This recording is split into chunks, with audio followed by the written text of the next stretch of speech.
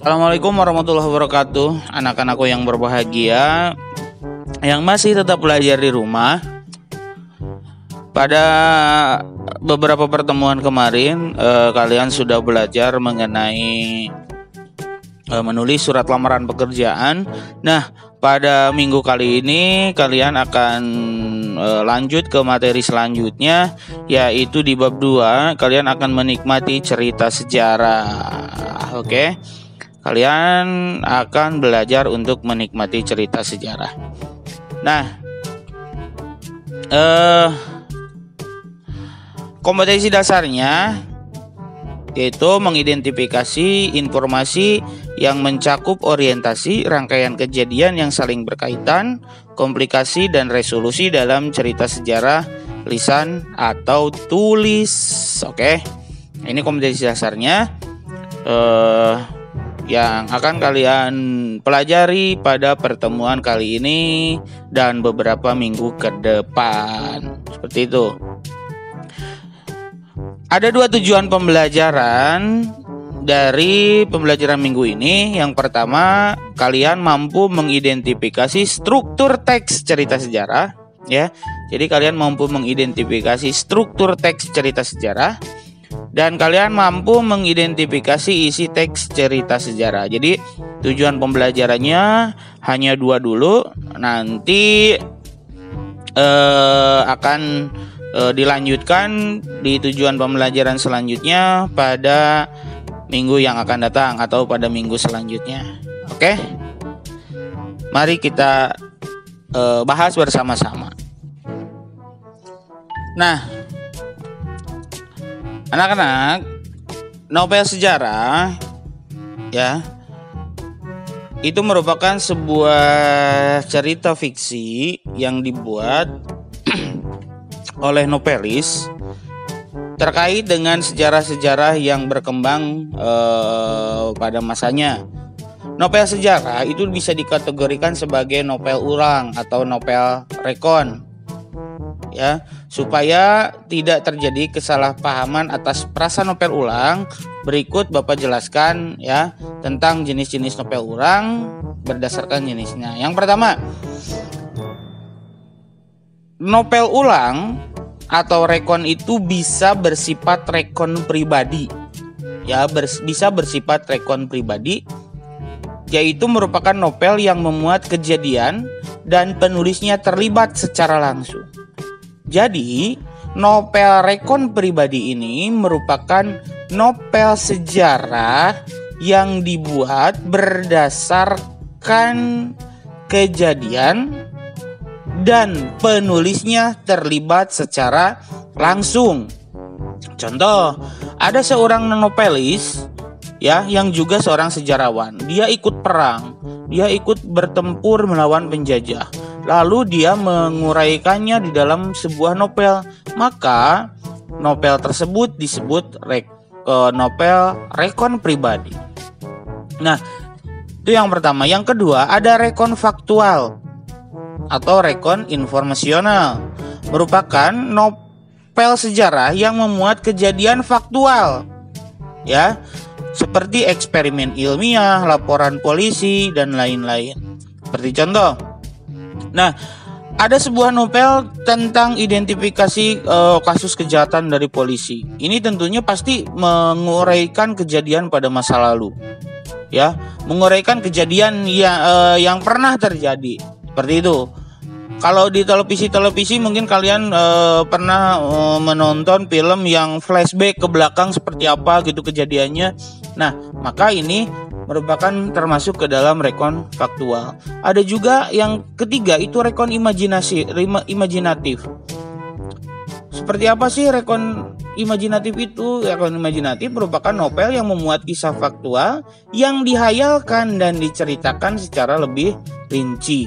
Seperti itu. Jadi kejadiannya emang nyata, tetapi dibumbui dengan hayalan-hayalan dan dibumbui dengan cerita-cerita untuk memperinci kejadian pada saat itu. Seperti itu. Jadi novel sejarah itu dikategorikan menjadi 3. Ada rekon pribadi, rekon faktual, dan rekon imajinatif.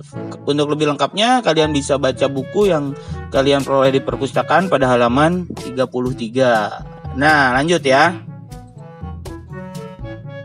Nah, kita lanjut ke struktur teks cerita sejarah ya. Nah, struktur teks cerita sejarah itu ada apa aja sih? Karena gini ya, setiap jenis-jenis wacana, setiap jenis-jenis teks dalam bahasa Indonesia itu harus memiliki struktur. Kenapa harus memiliki struktur? Karena teks itu dibangun dengan poin-poin penting yang harus ada di dalam sebuah cerita tersebut, atau yang harus ada dalam sebuah wacana tersebut. Nah, dalam teks cerita sejarah ini ada beberapa struktur pembangun cerita tersebut. Ini yang pertama, itu ada pengenalan situasi cerita, atau ada juga yang ada juga yang menyebut orientasi atau exposition. Nah, pada bagian ini penulis mulai memperkenalkan latar belakang, baik waktu, tempat maupun lokasi, dan awal mula kejadian atau peristiwa. Nah, kalau ke dalam cerita mungkin kalian pernah mendengar di suatu hari atau di lembah yang angker dan menakutkan itu. Nah, itu kan mulai memperkenalkan latar belakang tempat. Atau di pagi yang cerah, nah itu mulai memperkenalkan waktu ataupun lokasi. Di suatu desa ya yang jauh dari keramaian kota, nah itu memperkenalkan lokasi atau awal mula kejadian atau peristiwa. Tokoh dan hubungan antar tokoh juga mulai diperkenalkan dengan cara yang sesuai dengan kebutuhannya. Seperti itu. Jadi bisa memperkenalkan waktu, tempat, lokasi, awal mula kejadian atau peristiwa. Bisa juga dengan memperkenalkan tokoh. Contoh, Ratna, seorang gadis desa yang terlahir dengan sempurna. Kecantikan wajahnya bla bla bla bla bla. Contohnya seperti itu. Berarti itu orientasinya dengan memperkenalkan tokoh. Jadi yang pertama itu ada pengenalan situasi cerita atau orientasi eksposisi, baik menggunakan latar, tempat, waktu ataupun peristiwa, juga melalui tokoh. Yang kedua, nah setelah tokoh dikenalkan, lalu ada pengungkapan peristiwa. Bagian ini mengungkapkan peristiwa atau kejadian awal yang berpotensi menimbulkan berbagai masalah, pertentangan atau kesukaran yang menghadang tokoh, terutama tokoh utama. Jadi di sini mulai muncul masalah, karena cerita itu tidak akan menjadi sebuah cerita yang menarik apabila tidak ada masalah. Jadi di sini mulai dimunculkanlah masalah. Di sini terjadi peningkatan masalah, pertikaian atau peristiwa lainnya yang menyebabkan kesukaran tokoh ikut meningkat pula. Nah, di bagian kedua ini, setelah tadi diperkenalkan di bagian pertama, di bagian kedua ini mulai muncul masalah. Muncul masalah yang akan menghidupkan sebuah cerita. Itu. Yang ketiga itu klimaks. Klimaks itu apa? Merupakan bagian yang paling mendebarkan, menghebohkan, dan memuncak dari masalah, pertikaian atau peristiwa lainnya yang dihadapi oleh para tokohnya. Nah, jadi tadi setelah di bagian 2 ini muncul masalah, nah ini puncaknya di bagian ketiga. Bagian klimaks merupakan bagian yang paling mendebarkan. Jadi puncak dari masalah yang terdapat dalam cerita itu ada di bagian klimaks, ya. Oke. Next. Dan yang terakhir itu dan yang keempat itu adalah penyelesaian atau resolusi.